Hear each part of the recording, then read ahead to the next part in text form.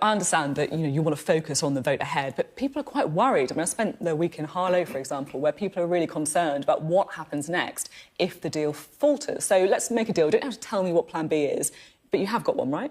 Well, look, the important thing right now is to convince people otherwise. I mean, I'm not going to get into, will we do this, will we do that, will we do the other? The important thing is to say to fellow MPs, those concerns are out there, and there's big concerns. Are we going to leave? Are we going to deliver Brexit? Are we going to somehow try and reverse Brexit? Is Parliament going to force us to reverse Brexit? What we have is, I think, a sensible compromise deal. It's not giving everybody everything they want, but it was never going to. This was a 52-48 result. Have you got everything you want? Of course not. And indeed, I think most people, the Prime Minister herself has said, this is not the perfect deal.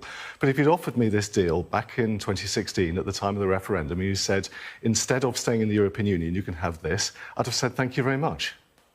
At the same time, though, I understand you don't want to get into the details, but if you don't say what your Plan B is, or at least give the implication that you have a Plan B, then other people will step into that gap. And the Sunday papers are absolutely full of MPs from different parties coming up with their own Plan Bs, stepping into the void that's been left by your government. Well, I don't think it is a void at all. The government's coming forward with a proposal to the nation, a proposal to Parliament that says this is what we think is the best compromise deal that enables us to leave us good friends, good neighbours, on good terms with the European Union, carry on trading with the European Union, and at the same time get the benefits of Brexit, being able to forge our own trade policies, to leave the single market legislation, to leave the customs union, to leave the common agricultural policy, to leave the common fisheries policy.